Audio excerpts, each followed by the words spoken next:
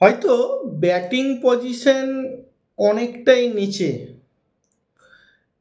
তাও যখনই ব্যাটিং করতে নেমেছে তবে তখন থেকে টেস্ট ক্রিকেটে একটা ভালো ভিত তৈরি করে ফেলেছে। সে হলো রবীন্দ্র জাদেজা।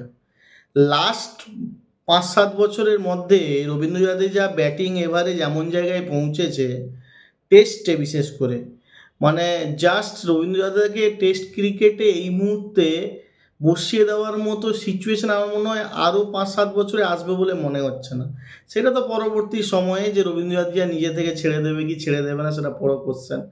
তবে রবীন্দ্র জাদেজা এই মুহূর্তে ইন্ডিয়ার টেস্ট ক্রিকেটে একজন মানে দাবিদার প্লেয়ার। ওকে ছাড়া টেস্ট ক্রিকেট এই মুহূর্তে ইন্ডিয়ার মাটিতে হোক বা বিদেশের মাটিতে হোক ভাবাটা খুবই কষ্টকর আমার মনে হয়।